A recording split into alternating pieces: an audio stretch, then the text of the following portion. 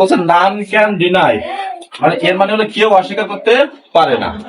কি অস্বীকার করতে পারে না? দা ইম্পর্টেন্স। ইম্পর্টেন্স মানে গুরুত্ব বা প্রয়োজনীয়তা। ইম্পর্টেন্স মানে গুরুত্ব বা প্রয়োজনীয়তা। কেউ গুরুত্ব বা প্রয়োজনীয়তা অস্বীকার করতে পারে না। অফ ট্রি প্লান্টেশন অর্থাৎ গাছ রোপণের, বৃক্ষ রোপণের গুরুত্ব বা প্রয়োজনীয়তা কেউ অস্বীকার করতে পারে না।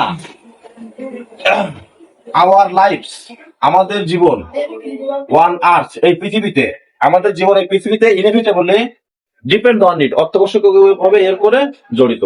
তাহলে আমাদের প্রথম অংশ বলছে যে বৃক্ষরোপণের প্রয়োজনীয়তা কেউ অস্বীকার করতে পারে না। প্রশ্ন করি কেন, কারণ কি? এই অস্বীকার করতে না পারার কারণ কি? তার কারণের উত্তর বলতেছে কি, দেখো এর কারণ হলো কি, আমাদের এই পৃথিবীতে যে জীবন, আওয়ার লাইফস অন আর্থ, এই পৃথিবীতে আমাদের যে জীবন, এই জীবনটা অত্যাবশ্যকভাবে এর উপর নির্ভর করে। তাহলে এর উপর নির্ভর করে কেন?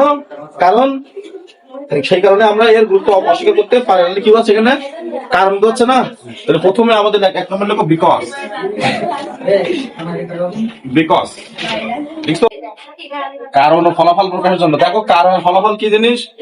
আমাদের এই পাশে হলো কারণ হচ্ছে না, আর এর ফলাফল কি মানে কেন। কেন উত্তরের এরকম কোনো কিছু যদি আসে তখন আমরা কি লিখবো? বিকজ। বিকজ মানে কি? কারণ। তাহলে আমাদের প্রথম সেন্টেন্সে বলতে আমরা পড়লাম হলো কি, গাছের সম্পর্কে খারাপ কিছু বললাম না ভালো কিছু বললাম? এই যে সেন্টেন্সটা আমরা তথ্য পালাম, এখানে কি গাছ সম্পর্কে ভালো কিছু তথ্য পাইছি আমরা, তাই না? যে আমাদের জীবন এই পৃথিবীতে মানে গাছের উপরে খুব মানে নির্ভর করে, যার জন্য আমরা গাছের প্রয়োজনীয়তা অস্বীকার করতে পারি না। তাহলে আমাদের অবশ্যই ভালো কিছু বলতেছে এখানে।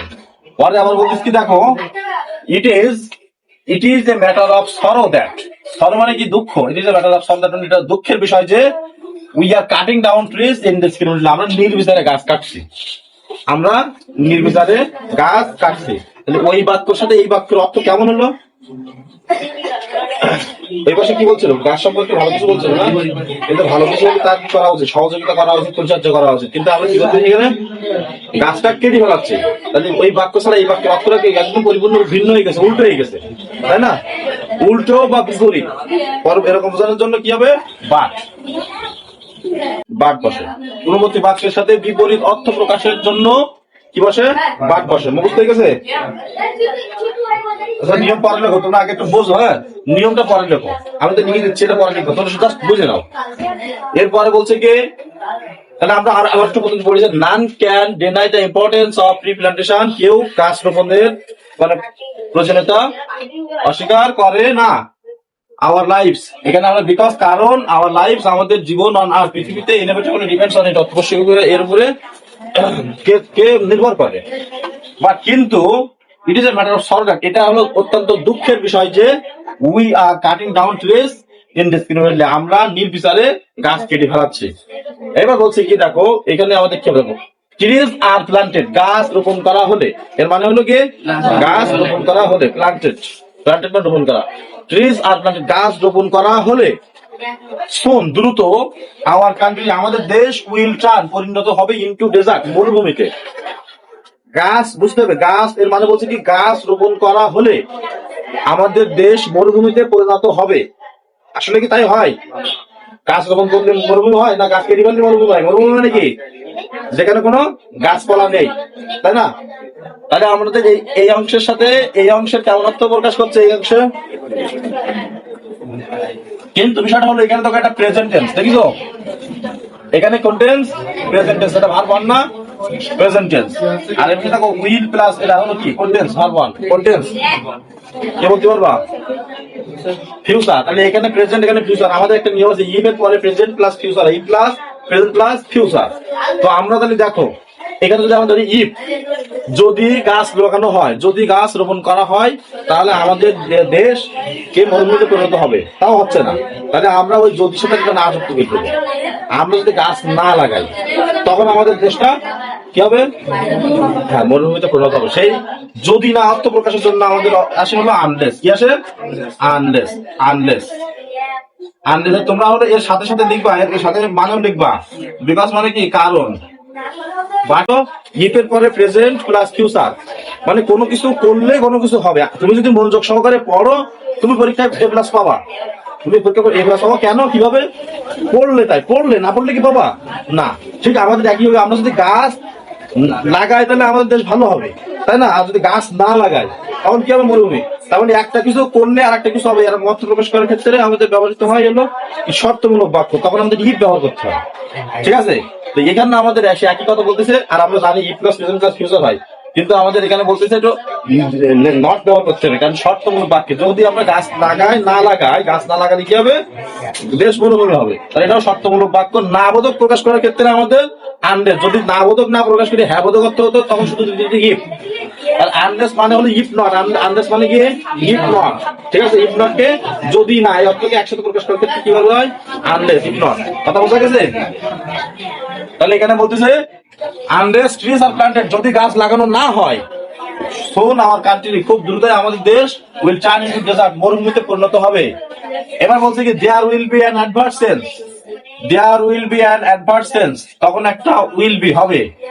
দেয়ার উইল বি হবে অ্যান অ্যাডভার্স, একটা অ্যাডভার্স টেন্স, বিপরীত পরিবর্তন ইন দ্য ক্লাইমেট, জলবায়ুতে একটা বিপরীত পরিবর্তন আসবে। বিপরীত পরিবর্তন কেন আসবে?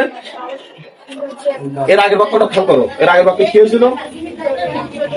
গাছ না লাগাই মরুভূমি হবে, আর মরুভূমি হইলে জলবায়ুতে আমাদের একটা বিপরীত পরিবর্তন। তাতে আমাদের এখন বর্তমান জলবায়ু যেমন যে গ্রীষ্মকালে কি হয়? গরম পড়ে, তাই না? বর্ষাকালে বর্ষা হয়, এবং গরম পরে সর্বোচ্চ তাপমাত্রা হয়তো মনে করো 35 বা 40। কিন্তু যখন এটা একটু বিপরীত পরিবর্তন হয়ে যাবে, তখন বর্ষাকালে মনে করো বৃষ্টি হবে না, শীতকালে ঠান্ডা পড়লেও পড়বে, না পড়লেও, যখন পড়ে প্রচন্ড ঠান্ডা পড়বে, হিমাঙ্কের দিকে তাপমাত্রা চলে আসবে। বা এই গরমের সময় তাপমাত্রা তখন এখন যেমন সর্বোচ্চ গুলি 40, 35, 37, 39, তাই আমরা সহ্য করতে হবে, তখন দেখা যাচ্ছে 50+ অতিক্রম করে যাবে তাপমাত্রা। এটা হলো আমাদের জলবায়ু কিন্তু সমভাবাপন্ন, নাতিশীতোষ্ণ, মানে না শীত না উষ্ণ আমাদের বাংলাদেশের জলবায়ু। মানে খুব বেশি শীত না, খুব বেশি গরমও না। ঠিক আছে? কিন্তু তখন কি হবে? তার মধ্যপ্রাচ্যের দেশগুলোর মতন অবস্থা আছে, ওদের রাস্তা করে ডিম।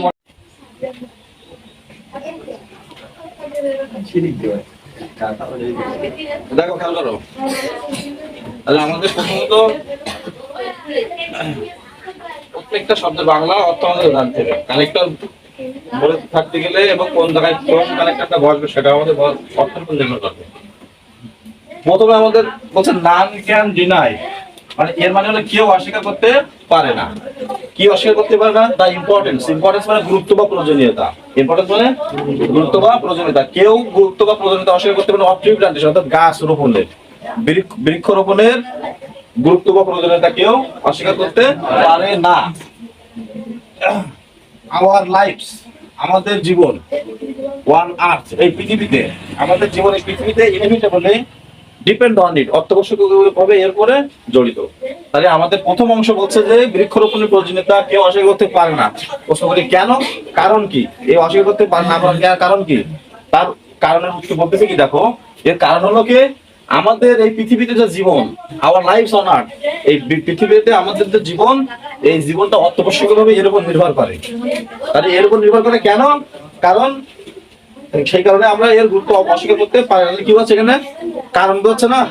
প্রথমে আমাদের এক নম্বর লিখো বিকজ। বিকজ লিখছো? বিকজ। এবার বিকজ মানে হলো কারণ। তাহলে আমাদের এখানে এর নিয়ম লিখবা হলো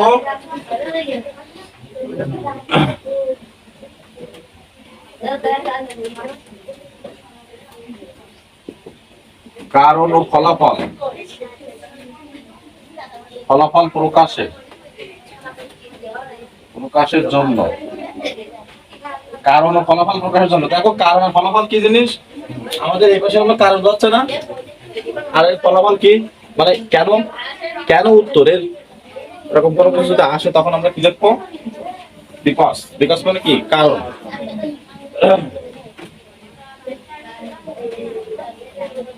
বুঝা গেছে? আমরা এখানে